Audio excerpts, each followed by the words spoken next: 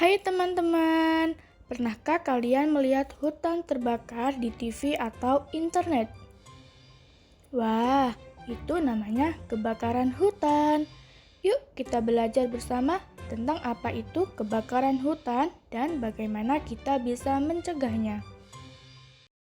Kebakaran hutan adalah peristiwa saat api membakar pohon-pohon dan tanaman di hutan. Api bisa cepat menyebar karena daun-daun dan ranting kering mudah terbakar. Apa sih penyebabnya? Yuk, kita bahas. Ada dua faktor penyebab kebakaran hutan, yaitu faktor alam dan faktor manusia.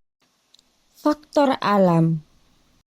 Pertama, cuaca panas. Ketika cuaca panas dan tidak ada hujan selama berhari-hari, dedaunan di hutan menjadi kering. Kalau ada sedikit api, bisa langsung menyebar loh dan membakar hutan. Yang kedua ada petir. Kadang petir juga bisa menyambar pohon kering dan menyebabkan kebakaran. Yang ketiga ada gempa bumi. Gempa bumi ini juga bisa menyebabkan kebakaran hutan loh teman-teman. Saat tanah berguncang, pohon-pohon bisa tumbang dan menimpa kabel listrik. Kabel yang putus bisa menimbulkan api. Yang keempat ada erupsi gunung meletus. Erupsi yang keluar dari kawah bisa membakar pohon-pohon di sekitar gunung. Faktor manusia. Membuang putung rokok sembarangan. Membakar lahan dengan sengaja. Lupa mematikan kompor. Dampak kebakaran hutan. 1. Hewan-hewan kehilangan rumahnya. Yang kedua, udara menjadi kotor.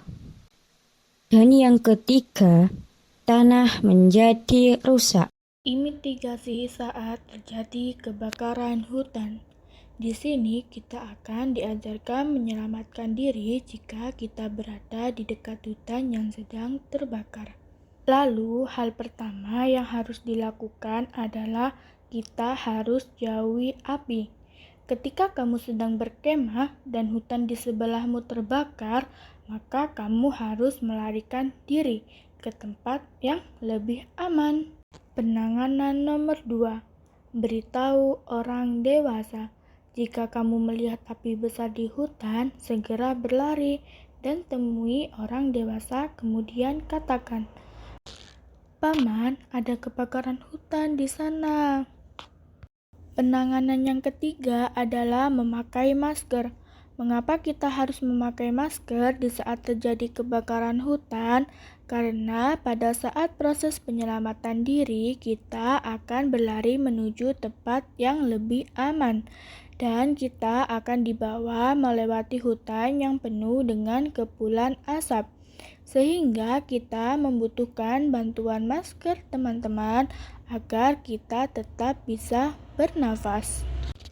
Penanganan yang keempat, carilah lokasi yang jauh dari jangkauan api dan berlindunglah di sana sampai petugas menyelamatkanmu. Kemudian petugas akan membawamu ke tempat yang aman. Penanganan yang kelima yaitu hubungi petugas kebakaran. Ketika kamu melihat api yang sangat besar, kamu sedang berada di hutan, maka segera hubungi pemadam kebakaran dengan menelpon nomor 113. Sekarang kita beralih apa yang kita lakukan setelah terjadi kebakaran hutan.